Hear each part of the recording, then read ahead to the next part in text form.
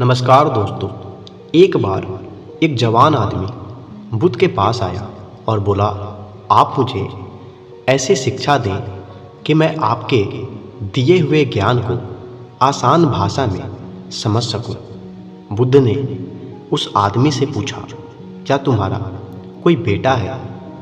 आदमी ने कहा, हाँ बुद्ध, मेरा बेटा है। बुद्ध ने फिर पूछा, क्या तुम्हारे भाई का कोई बेटा है? आदमी ने कहा, हाँ, मेरे भाई का भी बेटा है। बुद्ध ने फिर पूछा, क्या तुम्हारे पड़ोसी का भी कोई बेटा है? आदमी ने कहा, हाँ, मेरे पड़ोसी का भी बेटा है। बुद्ध ने कहा, क्या कोई ऐसा इंसान जिसे तुम खुद नहीं जानते हो, क्या उसका भी कोई बेटा है? आदमी ने कहा, हाँ, उसका भी बेटा है। फिर बुद्ध ने उससे पूछा, अच्छा बताओ, अगर तुम्हारे बेटे की मृत्यु हो जाए तो तुम्हें कितना दुख होगा? आदमी ने कहा, बुद्ध, मैं आपको नहीं बता सकता कि मैं क्या करूँगा। मेरी तो दुनिया ही खत्म हो जाएगी। मैं खुद उसके बिना मर जाऊँगा। मैं अपना जीवन अपने बेटे के बिना सोच ही नहीं सकता।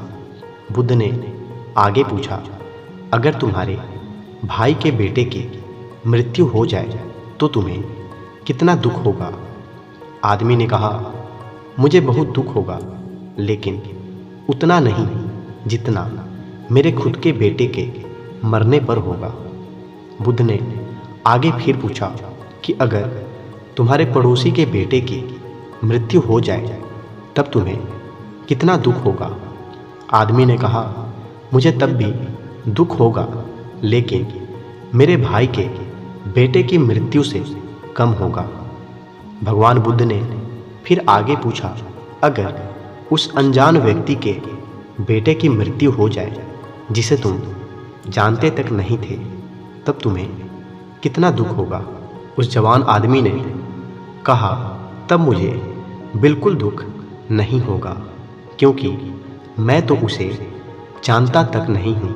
फिर बुद्ध ने उससे पूछा, अब ये बताओ, हमारा दुख किस पर निर्भर करता है? उस आदमी ने काफ़ी देर सोचने के बाद कहा कि हमारा दुख इस बात से निर्भर करता है कि हम किसी भी चीज़ से कितना जुड़े हुए हैं, हम उससे कितना लगाव महसूस करते हैं और किस हद तक अपना मानते हैं, इस बात पर निर्भर करता है। बुद्ध ने कहा, बहुत बढ़िया। बुद्ध ने फिर उस आदमी से पूछा, अच्छा, अगर तुम अपने बेटे को समुद्र के किनारे ले जाओगे तो क्या वह उसकी रेत से नहीं खेलेगा? आदमी ने कहा, हाँ बुद्ध, बिल्कुल खेलेगा। बुद्ध ने फिर पूछा कि अगर समुद्र से आने वाली लहरें तुम्हारे बेटे के बनाए घर को तोड़ देगी तो क्या वह रोएगा? आदमी ने कहा, हाँ बुद्ध, तब वह रोएगा। बुद्ध ने पूछा, क्या तुम भी उसके साथ रोओगे? आदमी ने कहा, नहीं, मैं नहीं रोऊंगा। बुद्ध ने पूछा, क्यों? आदमी कहता है, क्योंकि वह बच्चा है, उसे लगता है ये रेत का घर बहुत खूबसूरत है और हमेशा बना रहेगा। उसका उस घर से जुड़ाव हो जाता है, लगाव हो जाता है। उसकी भावनाएं उस रेत के घर से जुड़ी रहती है, जबकि मैं जानता हूँ कि वह एक रेत का घर है और हमेशा बना हुआ नहीं रहेगा। कुछ समय बाद उसे लहरों से टूटना ही है। जब वह लहरों से टूटेगा तो मुझे दुख नहीं होगा। बुद्ध मुस्कुराए और बोले कि अब तुम समझ गए, अगर तुम इस ब्रह्मांड की सच्चाई को जानने की कोशिश नहीं करते तो तुम भी ऐसे ही चलते चले जाते और तब तुम्हें भी इस रेत के घर के टूटने का दुख होता। तुम में और इस रोने वाले बच्चे के बीच कोई फर्क नहीं रह जाता। इससे बुद्ध हमें बताना चाहते हैं कि दोस्तों, हमें लगाव कम से कम रखना चाहिए, यानी किसी को भी खुद से ज़्यादा मत जोड़ो, क्योंकि इस दुनिया में कोई भी चीज़ हमेशा के लिए नहीं होती। इस दुनिया की हर एक चीज़, हर एक इंसान नश्वर है। हम उनसे जब जुड़ जाते हैं, खुद को जोड़ लेते हैं, जब वह चले जाते हैं हमें छोड़कर, तब हमें बेहद दुख होता है। ये वो रहस्य था जो बुद्ध जान गए थे। शांति पाने का केवल एक ही रहस्य है, लगाव का ना होना, क्योंकि इस दुनिया में सब कुछ एक भ्रम है, नश्वर है। आप इस भ्रम से खुद के लिए क्या चुनते हैं, ये आप पर निर्भर करता है। जितना ज़्यादा आप ज्ञान को अर्जित करेंगे, उतना ज़्यादा आप बुद्धि विवेक से समझ पाएंगे और आप अपनी ज़िंदगी को जैसा देखेंगे वैसा वह बन जाएगा। तो दोस्तों, मैं अब आपको एक दूसरी कहानी सुनाता हूँ। ये कहानी है दो बौद्ध भिक्षुओं की, जिसमें से एक बूढ़ा था और दूसरा युवा। दोनों शाम को गांव से भिक्षा मांगकर आश्रम लौट रहे थे। आश्रम से कुछ दूर पहाड़ से एक नदी बहती थी। वहीं पर एक जवान स्त्री खड़ी थी। उसे भी नदी पार करनी थी, लेकिन वह उसे पार करने में डर रही थी। वह उस नदी की गहराई से अनजान थी। तभी वहाँ से दोनों भिक्षु भी गुजर रहे थे। बूढ़ा भिक्षु आगे आगे चल रहा था। तभी उसकी नज़र उस स्त्री पर पड़ी। वह देखकर समझ गया था कि स्त्री को मदद चाहिए। उसने सोचा कि वह जाकर उसे नदी पार करा दे, लेकिन जैसे ही उसने उस स्त्री के हाथ को छुआ, उसके अंदर वर्षों की बसी वासना जग गई थी। स्त्री को छूते ही उसका कण कण कांपने लगा। उसने 30 साल से किसी स्त्री को छुआ तक नहीं था। उस स्त्री को छूने के नाम से ही उसके मन में कई तरह के ख्याल और वासना आ रही थी। तभी उसने सोचा कि छी छी, ये कैसी गंदी बात सोच ली मैंने। मेरी इतने सालों की साधना भंग हो जाएगी। मुझे क्या मतलब कोई नदी पार करे या ना करे, मैं अपनी 30 वर्षों की साधना इस लड़की पर लगा दूँ? बिल्कुल नहीं। ये सोच उसने आंखें बंद कर ली। लेकिन वो जवान स्त्री तो उसे आंखें बंद करने पर भी दिखाई दे रही थी, क्योंकि भिक्षु की सोई हुई वासना जग गई थी। वह उसकी तरफ आकर्षित हो चुका था। आंख बंद करते हुए ही वो उस नदी में उतर गया। आपको पता ही है, जिस चीज़ से आंख बंद कर ली जाए तो वह और हमें दिखने लगती है। उसी तरह उस भिक्षु के साथ भी हुआ।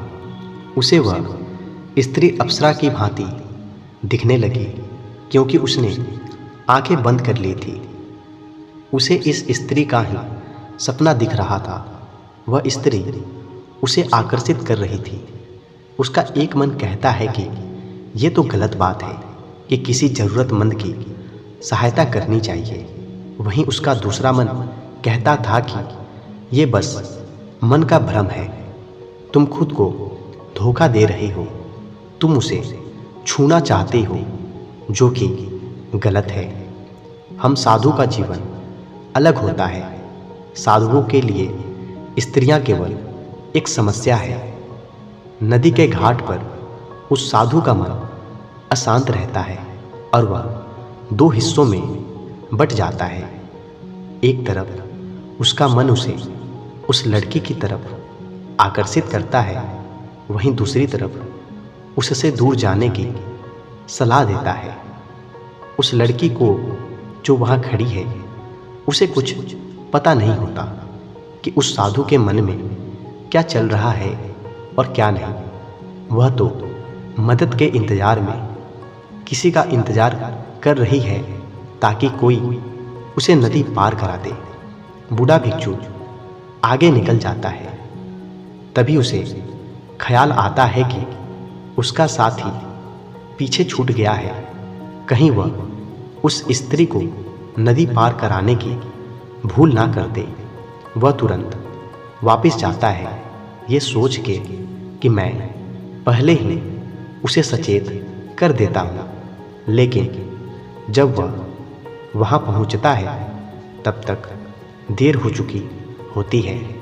वो देखता है कि वह जवान भिक्षु उस स्त्री को कंधे पर बैठाकर नदी पार करा रहा होता है। ये देख बूढ़ा भिक्षु पूरी तरह जल जाता है। उसके मन में अलग अलग भावनाएं आने लगती हैं। वह सोचता है कि इससे अच्छा तो मैं ही इसे नदी पार करा देता। लेकिन वहीं दूसरे पल उसे ख्याल आता है कि यह कैसी पागलपन वाली बात है। मैं उस औरत को अपने कंधे पर लूँ, 30 साल की अपनी साधना नष्ट करूँ? कभी नहीं। गंदगी का ढेर है औरत का शरीर और उसे मैं अपने कंधे पर लूँगा। लेकिन वहीं दूसरी तरफ वह युवा भिक्षु को स्त्री को कंधों पर उठाया देख आग बबूला हो रहा था। वह मन ही मन सोचता है, आज आश्रम जाते ही मैं गुरुजी से कहूँगा कि इसने एक स्त्री को कंधे पर उठाया है, ये अपवित्र हो गया है। ये युवा सन्यासी पूरी तरह भ्रष्ट हो गया है, इसे आश्रम से बाहर निकालो। तभी वह युवा भिक्षु उस स्त्री को नदी के दूसरे छोर पर उतार देता है और दोनों भिक्षु वापस जाने लगते हैं। वह दोनों रास्ते भर बात नहीं करते हैं। जब दोनों भिक्षु आश्रम के पास पहुंचते हैं तब बूढ़ा भिक्षु कहता है, याद रखना, मैं गुरु से कहूँगा कि तुम अपवित्र हो चुके हो। तुमने उस जवान स्त्री को कंधे पर क्यों उठाया? ये सुन युवा भिक्षु चौंक जाता है और कहता है, स्त्री? उसे तो मैंने नदी किनारे उठाया था और वहीं छोड़ भी दिया। लेकिन ऐसा प्रतीत होता है कि आप उसे अभी भी ढो रहे हैं, जबकि आपने तो उसे उठाया भी नहीं था। फिर भी आप उसके बारे में सोच रहे हैं। आपके दिमाग में वही है। मैं पिछले कुछ देर से देखकर सोच रहा था कि आप किसी ध्यान में खोए हुए हैं, लेकिन आप तो उस औरत को नदी पार करा रहे थे अपने मन ही मन में। दोस्तों, इसी तरह हम हमारे जीवन में हम उन्हीं पुरानी बातों और चीज़ों को लेकर ढोते रहते हैं, जो गलतियाँ हम करते हैं, जिनको लेकर हमारे अंदर लड़ाई चल रही होती है और हमें मालूम तक नहीं होता है कि हम पुरानी मानसिक सोच को लेकर चल रहे हैं। हम यह देख ही नहीं पाते कि हमारे साथ क्या चल रहा है। अगर आपको आगे बढ़ना है, ऊपर उठना है, तो अपने आप को जितना हल्का कर सको उतना हल्का करो। हम सब अपने आप को दबा रहे हैं और वह दबा हुआ घाव पीड़ा देता है। उस घाव के कारण हमें वह चीज़ें दिखाई देने लगती हैं जिनकी लड़ाई हमारे भीतर चल रही होती है। सारा संसार दर्पण बन जाता है। ये दमन की लंबी धारा हमारे व्यक्तित्व को तहस नहस कर देती है। इसने जीवन के सारे सूत्रों को जहर से भर दिया है, जो हमें बर्बाद कर देते हैं। इसलिए हम आपसे कहना चाहते हैं कि खुद को हमेशा दबाव से बचाना, क्योंकि दमन से भरा इंसान खुद को कभी जान नहीं पाता है, वहीं रुक जाता है। आपको आगे बढ़ने नहीं देता, वहीं रोक लेता है। इसलिए खुद की भावनाएं और विचारों को दबाने से बचाना चाहिए, क्योंकि इनके दबने पर एक समय आने पर बवंडर आ जाता है, जो आपके अंदर अशांति और हीन भावना को उत्पन्न करेगी। इसलिए यदि आप वर्तमान में खुश रहना चाहते हो तो आज में खुश रहो, पुरानी बातों को भूल जाओ। दूसरों के सामने अच्छा बनने के लिए खुद को मत दबाओ। आप जैसे हैं वैसे बनकर रहें, क्योंकि आप वैसे ही अच्छे हो। तो दोस्तों आपको ये दोनों ही कहानियाँ कैसी लगी? आपको इन दोनों ही कहानियाँ से क्या सीखने को मिला? ये हमें कमेंट करके ज़रूर बताना और इस वीडियो को लाइक, शेयर तथा इस चैनल को सब्सक्राइब करना ना भूलें। धन्यवाद।